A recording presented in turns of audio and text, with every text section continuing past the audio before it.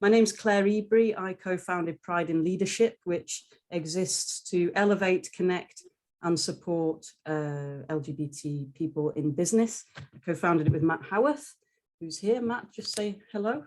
Hi, everyone. Yeah, I'm Matt. I've co-founded this with Claire, and yeah, I'm also the co-founder of a social enterprise digital agency called Resigned Digital, and a SaaS organization that helps companies to measure their ESG.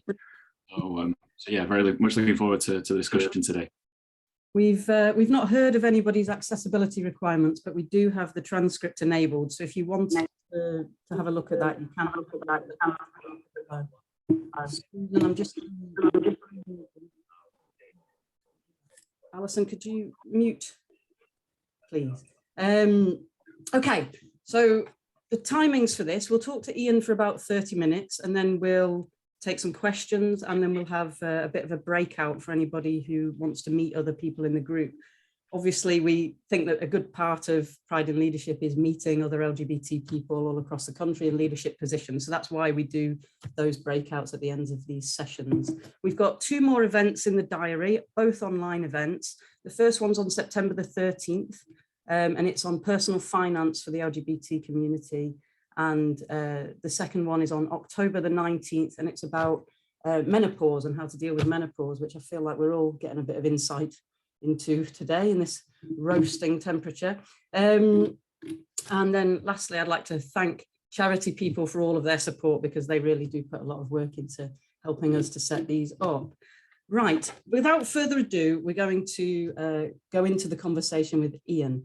And normally what I would do is give a biography of Iain and then talk to him about his life, sort of starting early on, and we build up his career journey and all that kind of stuff.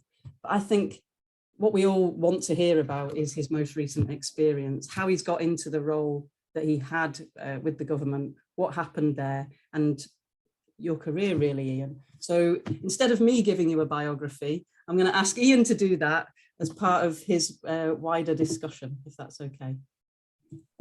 That's great. Thank you very much. It's good to be with you all today. I hope everyone's keeping as cool as possible. The technique apparently is keep the windows closed. I'm keeping the windows closed. It's still very warm, but hopefully, just in the coming hour, it's not going to get too unbearably so. But pardon me if I'm consuming an awful lot of this along the way, just to keep hydrated. Look, I think when we originally organised this conversation, Claire, when you reached out to me, I was still doing this rather interesting and novel new role for government as the UK's first, in fact, the first ever that any government had appointed LGBT Business Champion.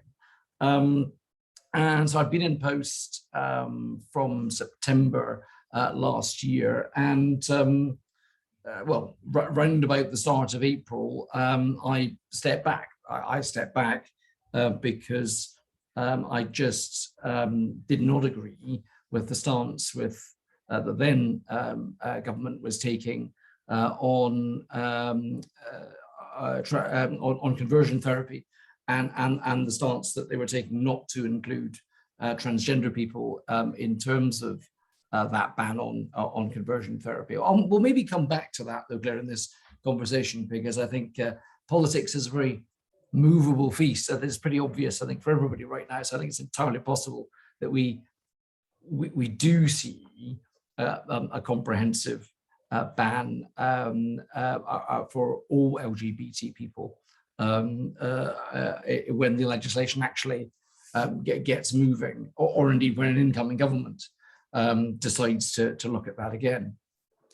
But no, I was asked to take on this role by government really in the summer of last year, and as a sort of business owner that's grown my own business, probably like many people on this call, as a business owner who probably one of the reasons I set up my own business was that I could create my own space and create my own culture and be able to run a business in the way in which I felt most comfortable. A very common theme, I think, amongst many people in the LGBT community that decide to go into business. But I also recently sold my business to a large international group, Havas, which is ultimately part of Vivendi. So I could see sort of the SME part of this and the large co part of this. And really what my ambition was, and we really started to get some traction, was to get large and small businesses to be able to kind of collaborate around LGBT support and opportunities in the workplace. And one of the fruits of that has been the Federation of Small Businesses has put together a kind of buddying network that's actually starting to get some quite powerful traction. You know, that was an initiative I was really proud to kind of kickstart. I kind of wished in a way that government had been able to take it on, but actually, you know, maybe in the end, these things are better kind of led by businesses and business groups rather than being led by government. The other thing that was there, Claire, was very obvious. So I started asking officials. I got a team of a few officials to help me in this role. And I started to say to them, right, what evidence do you have about LGBT at work? And the honest answer is I got a lot of very blank faces.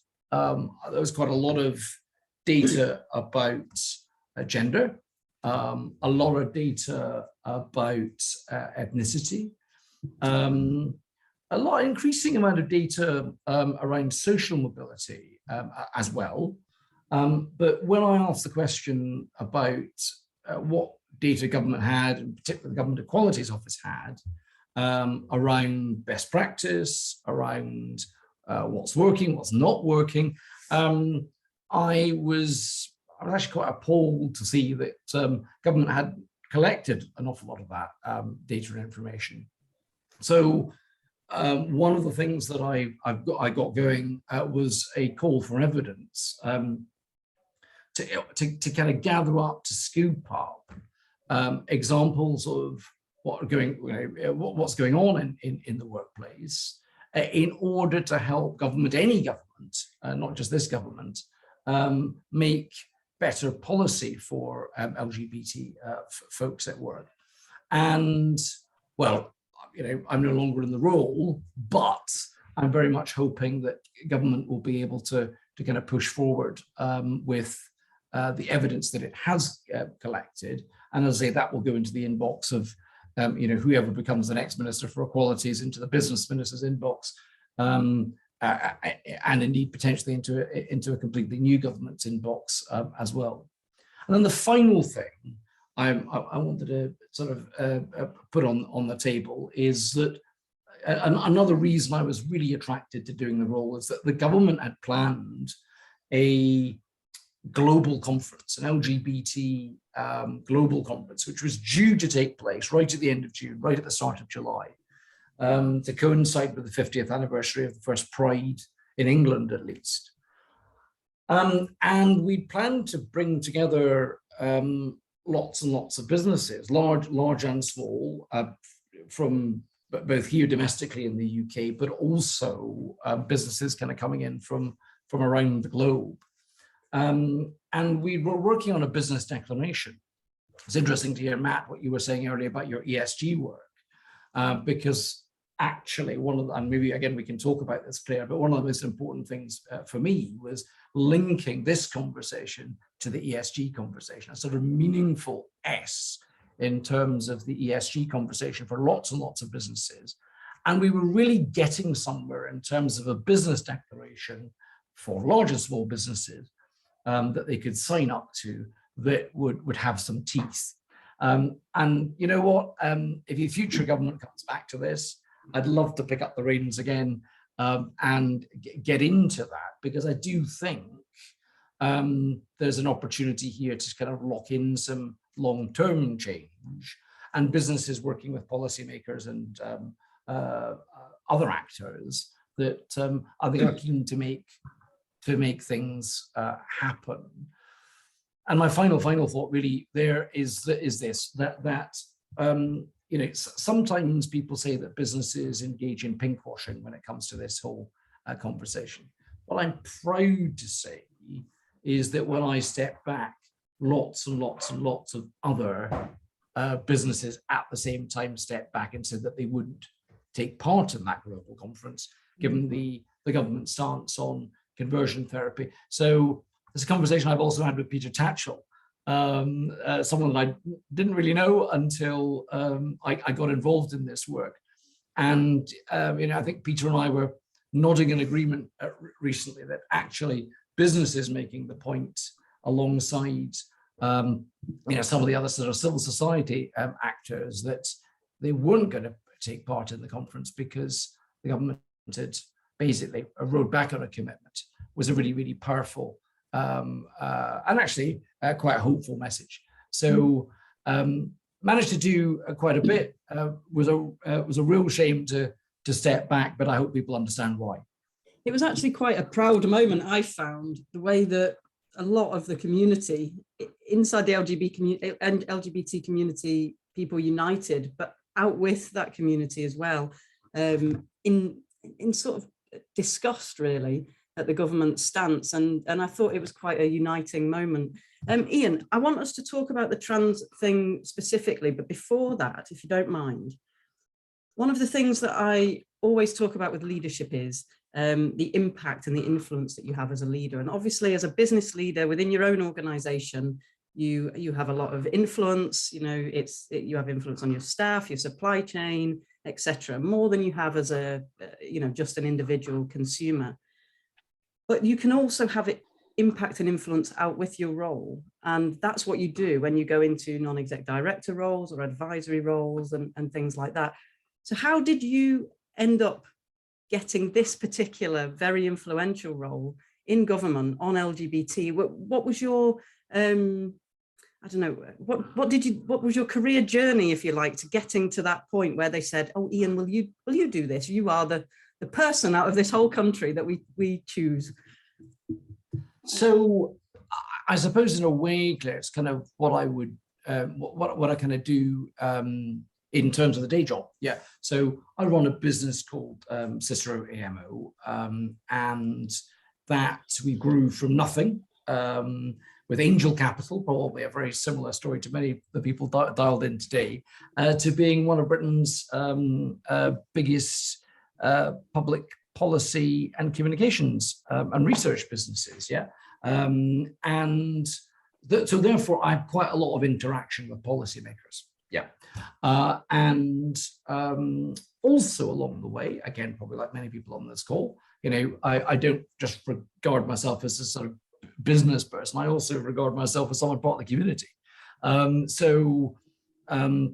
Really over the last 6 or 7 years have taken, you know, a sort of personal stance, but also a sort of stance in terms of the business to get involved in this. I kind of, when I first started my business, again, maybe a very common story, you know, I'm in my early 50s, if I'm allowed to mention age. You know, whilst I was out to my friends and family, I wasn't really out in business terms. When I launched the business, you know, you got lots of thoughts about, will customers come towards you if you, or will they run away if you get involved in this conversation? But I sort of got to the point 6, 7 years ago where I thought, well, you know, that classic thing, bring your whole self to work and all of that, all the cliches. But you know, my business is 5 times larger than it was then. We've sold the business, as I say, Havas, Vivendi now have a 60% stake in the business. We're working through our earn-out period with our new owner, and that's very exciting. But they're also very committed to this conversation, very supportive of this conversation as well. So the day job, but also the other sort of stuff I was getting up to with being a Stonewall ambassador, becoming a trustee of Give Out, the charity that tries to support LGBT activism in some of the countries where it's really, you know, it's absolutely not safe to be me. In fact, you can be locked up for being LGBT or worse. So with that backdrop, I had a conversation with government the early part of 2001, end of 2000, early part of 2001. And my sort of insight was that there's an awful lot that's taking place in this space for larger businesses, and larger businesses are doing quite well here. There's a whole bunch of awards that you can win for being a champion of this and champion of that. But is there much going on in the SME space? And I think I sort of managed to sort of touch a nerve there with government. And so we did a sort of test bed event. So I was invited to kind of co-host with the Minister for Equality an event specifically focused on SMEs. And it went rather well. And I think maybe in the end, I sort of taught myself into doing even more of this. So a few months later, they said, well, we've got a global conference that we're planning, but we'd actually quite like to have a focus on LGBT and business. And would you like to take it on? And I said, well, yeah, okay. Yeah, I mean, so that's the way it happened, in a large part because of what I do for a living. I'm kind of in and around policymakers, but also because I've sort of rather stuck my hand up as the LGBT business guy. Or bless as my dear departed dad once said when I appeared on one of these lists that some of us very kindly get asked to get involved in this space. He said, "Does that mean I just describe you as the gay business guy?" Be worse. Yes. Right. So I want to ask you specifically to talk to us about what you think is going on in government about trans, because our trans friends are getting a tough time at the moment, to put it very mildly. But let me flag to everyone else, we're going to take questions, so other people might be able to ask more pertinent questions than I am. On top of the trans stuff, Iain's already raised the idea of LGBT entrepreneurship, of data and the lack of it, which is something that we've been talking about quite a lot, Matt as well, about this idea of a global conference and about pinkwashing. So if any of those subjects sort of spark a question in you, please do ask. But Iain, what is going on? Well, it's lots of politics, isn't it? And if I just go back to the moment when I got appointed, so it was really clear at that point that you had different advisors. One of which was the Prime Minister's other half, who was very, very supportive of LGBT rights. In fact, spoke at the Conservative conference last year on that subject. What a difference less than a year makes. So there were advisors in the ascendancy that wanted certain things to happen, that wanted an all-inclusive ban on conversion therapy, a commitment, of course, that was in the government's manifesto at the last election.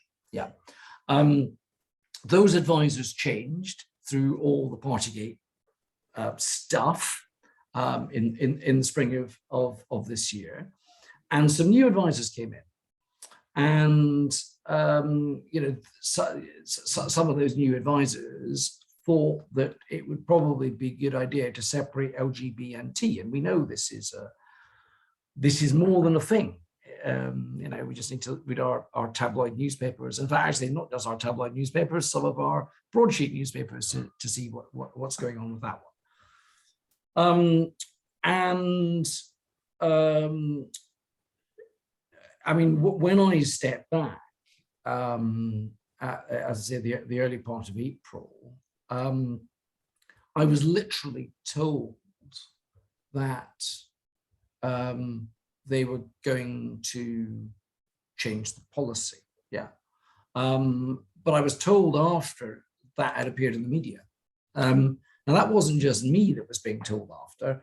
In fact, it was the decision to make the change was kept in a very, very tight knit group in Downing Street. So, you know, the Minister for Equality didn't know about it. The LGBT Minister didn't know about it. The government's LGBT envoy didn't know about it. And I didn't know about it. Rather conveniently, lots and lots of those people were on planes at the time or traveling. Now, in the space of about 3.5 hours on that evening, after Paul Brand and ITV ran the story, the government did a sort of screeching partial U-turn. You might remember this. It sort of said, right, we don't have time to do the legislation on banning conversion therapy because there's so many other things happening. There just isn't parliamentary time. That was about 6 o'clock in the evening. By 10 o'clock in the evening, they rode back and said, well, actually, no, we will do the bill, but we'll just do it for LGB. We won't do it for T because we need more evidence. Now, we need more evidence was sort of code for, no, actually, we think there's a wedge issue here that might work out quite well for us. Government's got this wrong. I think probably most of us on this call would agree that government's got this wrong. But they've actually also been quite spooked by some of the polling data that we've seen quite consistently since the spring, which demonstrates this, that the vast majority of people in this country, like 80% of people in this country, don't care. They want people to be able to live their lives without fear and oppression. And interestingly, that number is reflected. It's not that different. It's maybe a couple of points lower amongst people who would naturally support the current government. Yeah, so conservative voters. Yeah, so it's not as if there's a big gap here between all voters and conservative voters. So, the government has got this wrong. The polling evidence demonstrates that they've got this wrong, and the campaign's not over. So, when the bill comes into Parliament, hopefully in the autumn, I actually still think there's a really, really good chance that there will be a comprehensive ban on conversion therapy. All I would say to everybody on the call right now is just don't look at the headlines at the moment during the Tory leadership debate. They're not appealing to the electorate at the minute. They're appealing to a small number of MPs and then 180,000 Conservative members. When we get whoever is going to be, and I'm not going to make any predictions because that's a hostage to fortune, but when Britain has a new Prime Minister on the 5th of September, that's when we'll really be able to work out what's happening on this issue. The numbers that you described there, the way that the general public feel about these issues, and it's not just trans. I think there's some quite strong discourse against LGB, against abortion, those kinds of things as well that have been sort of hard won over decades. It feels like there's a massive disconnect between the people who are in charge, or the people who are in charge of at least the newspapers, and the population. What's caused this, and how do we get back to at least where we were, if not keep progressing? Yeah. So if you look at acceptance for same-sex relationships, over the period since, say, Section 28, which again many of us will remember, it probably sparked and motivated many of us to fight this fight. In the 80s, acceptance of same-sex relationships amongst the general British population was about 10%.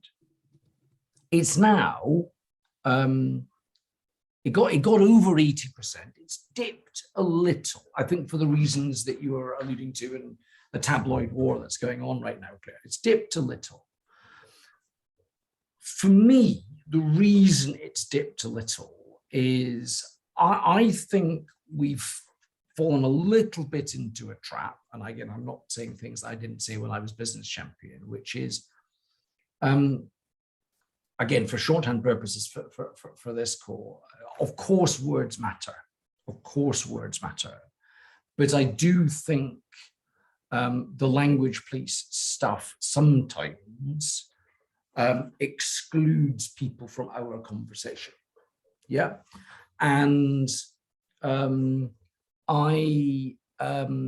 you know, a lot of the tabloid attack on LGBT rights is actually couched in terms of a freedom of speech argument, or indeed an argument that, you know, conversations being censored. So I think we, you know, those of us who believe in progress need to stop falling into that trap and constantly want to have an open conversation with people who, you know, who may disagree with us, but actually, you know, rather than deplatforming and shutting down conversation, we should open conversation. Because I think that's, you know, part of the reason why I think we've got the tabloid attack right now is this sense of people don't want to be, I mean, those on the extremes, and there are about 20% of people that don't agree with, you know, the broad direction of travel and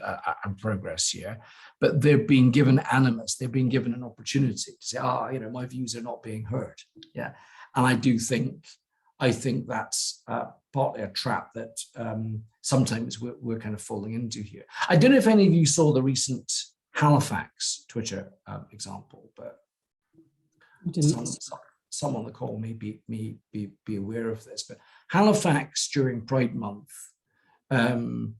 tweeted a picture of a colleague that had their name badge with their pronouns on it, and of course there was a Twitter pile-on basically saying, you know, why, and, you know, and all this attack stuff.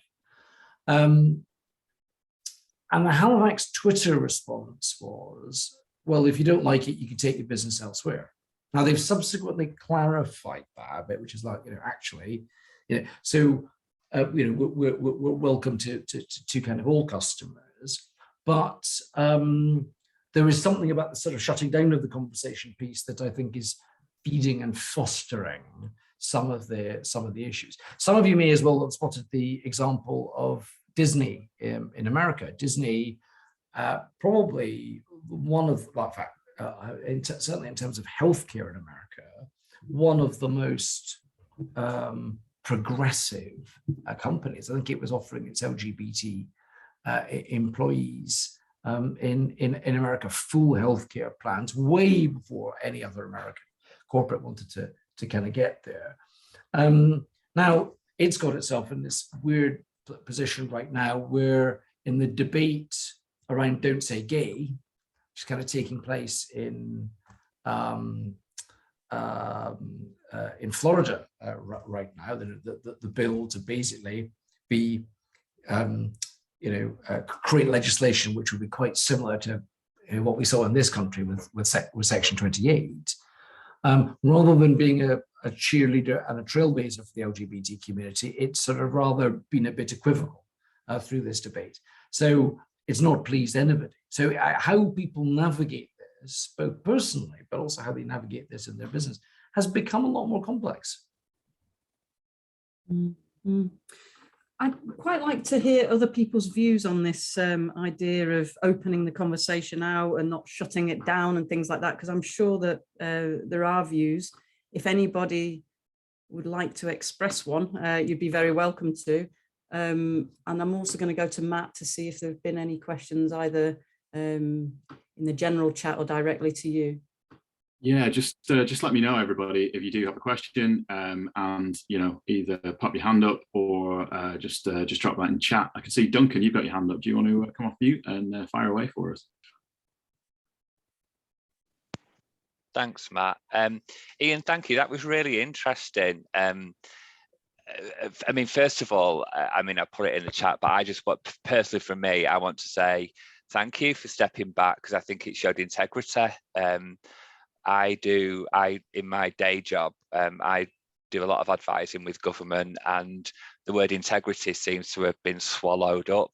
Maybe something to do with the Hadron Collider, I'm not too sure, but it just doesn't seem to exist anymore.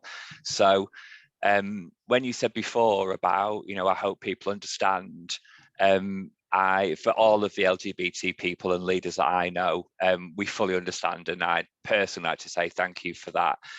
The whole thing about shutting the conversation down, I think, is really interesting, because I think we've lost the ability to have nuanced conversation.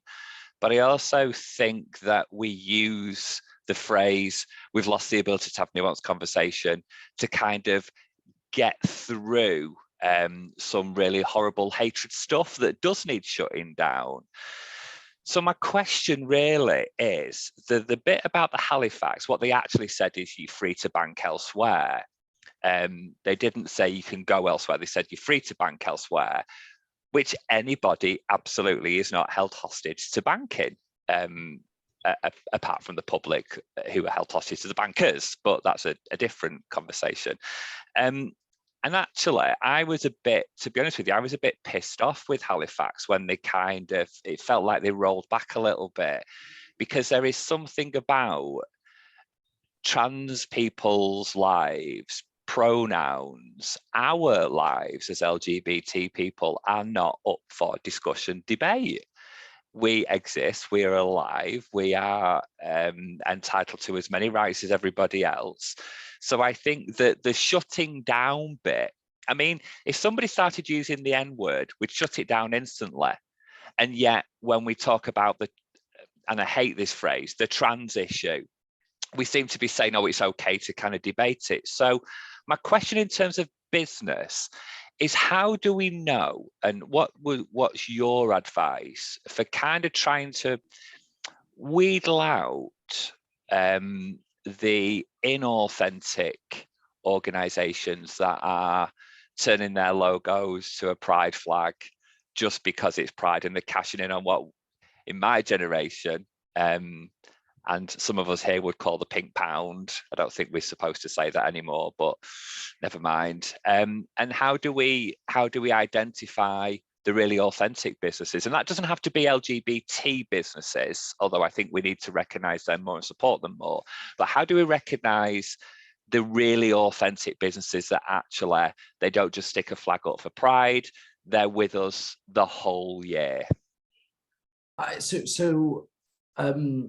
I mean, this became very obvious to me. Thank you for your thoughts there up front, very kind thoughts up front.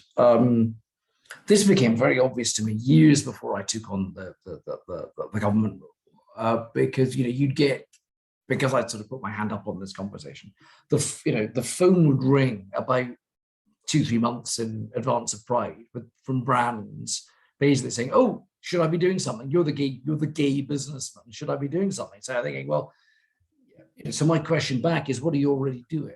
Yeah. And I think, I do think that, and I really was getting somewhere with this, and I'm not going to go away on this subject, but linking together the wider diversity, equity, inclusion conversation with the ESG conversation, for me, is the core to this. Because if we're all honest with ourselves, it's the second one, it's the ESG conversation, where investors and therefore CEOs and therefore boards are having to spend more of their time. And actually, there's quite an interesting kind of compare and contrast here, I think, with,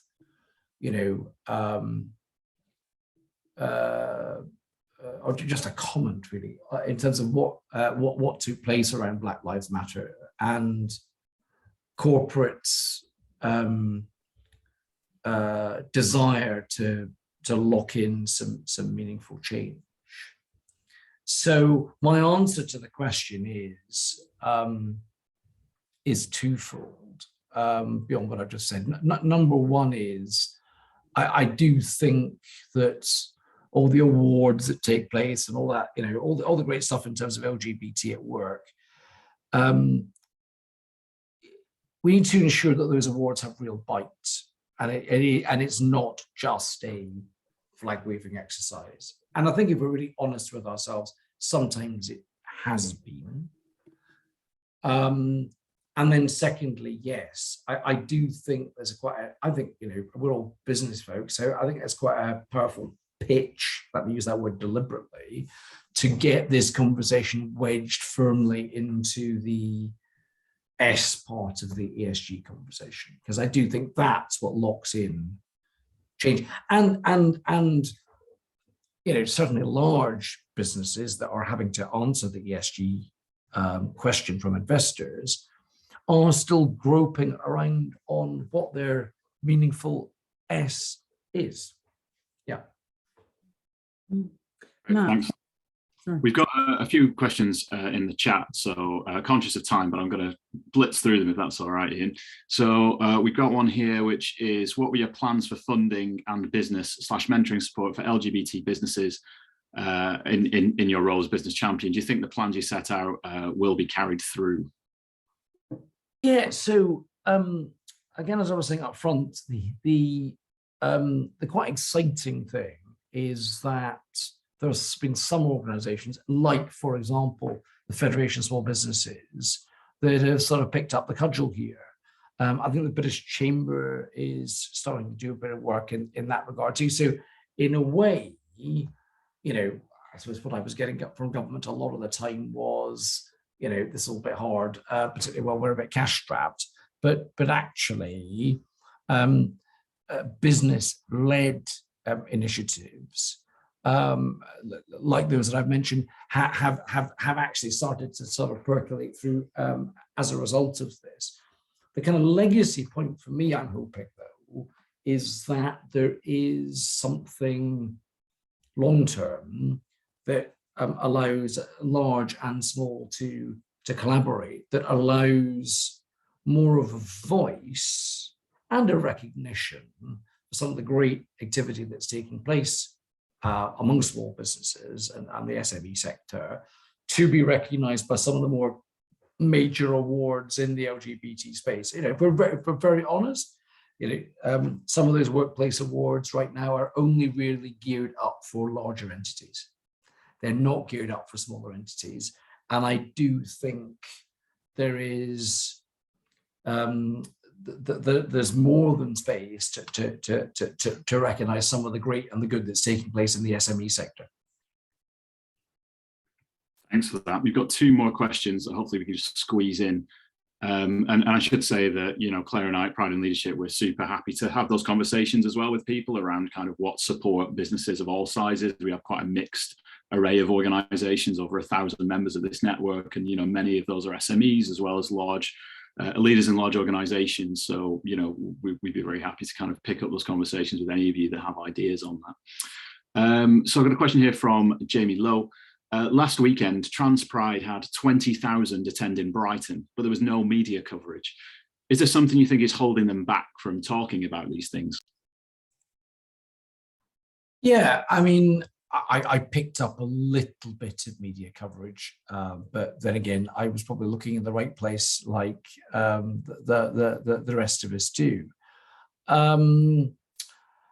Yeah, I mean, still there is the sense that the conversation is not a mainstream conversation, and I think that's where broadcasters in particular, kind of make judgments about that. There was a lot of coverage around London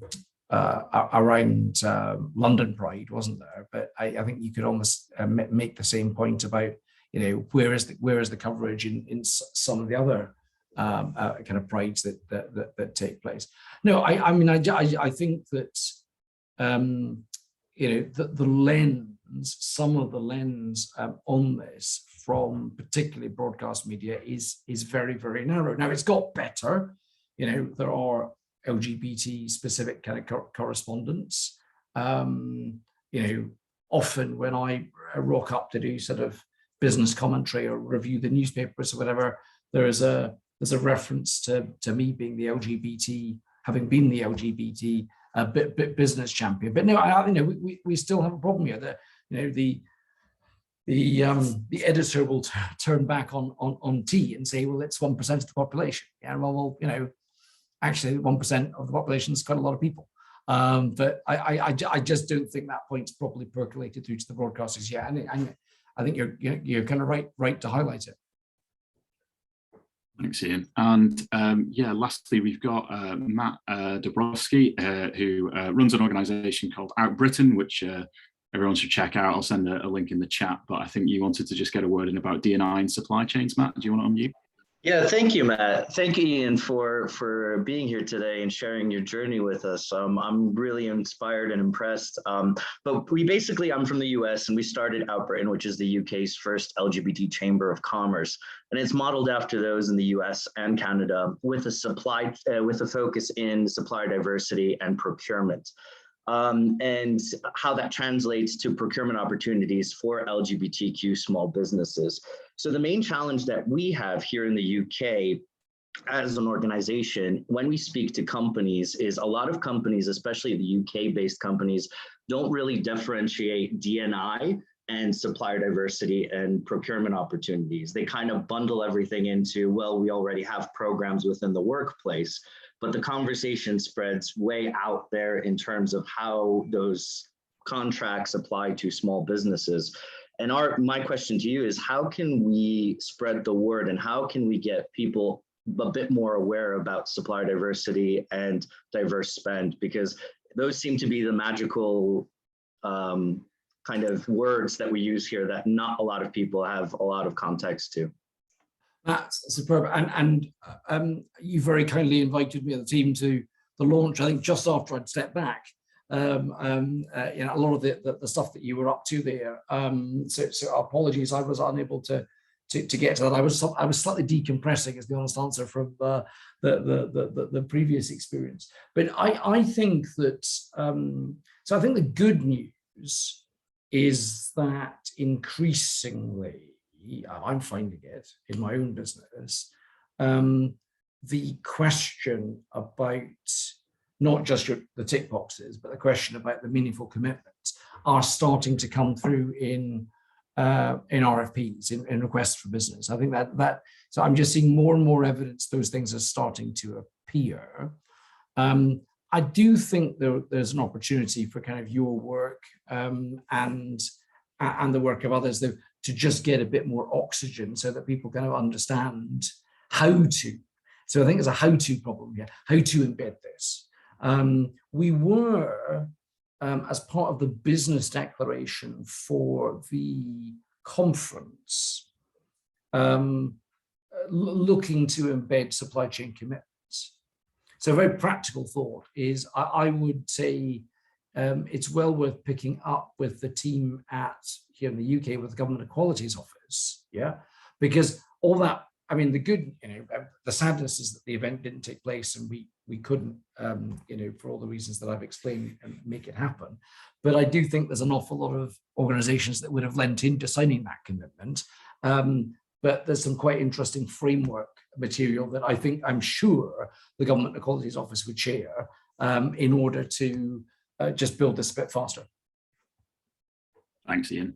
So yeah, I know Kevin had the hand up at some point, but has shared a really insightful comment in the chat, which I would encourage everybody to take a look at. And that really echoes my experience working in the charity sector with a lot of these kind of astroturfing campaigns around creating a false sense of outrage around things to kind of stir up division.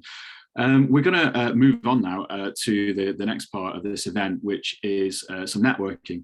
I'm not going to lie to you, it's quite awkward to network on Zoom, but we have done this quite a lot. We do find it really worthwhile. So what's going to happen in a second is you are going to be magically teleported into a smaller Zoom room with a few other members that are on this.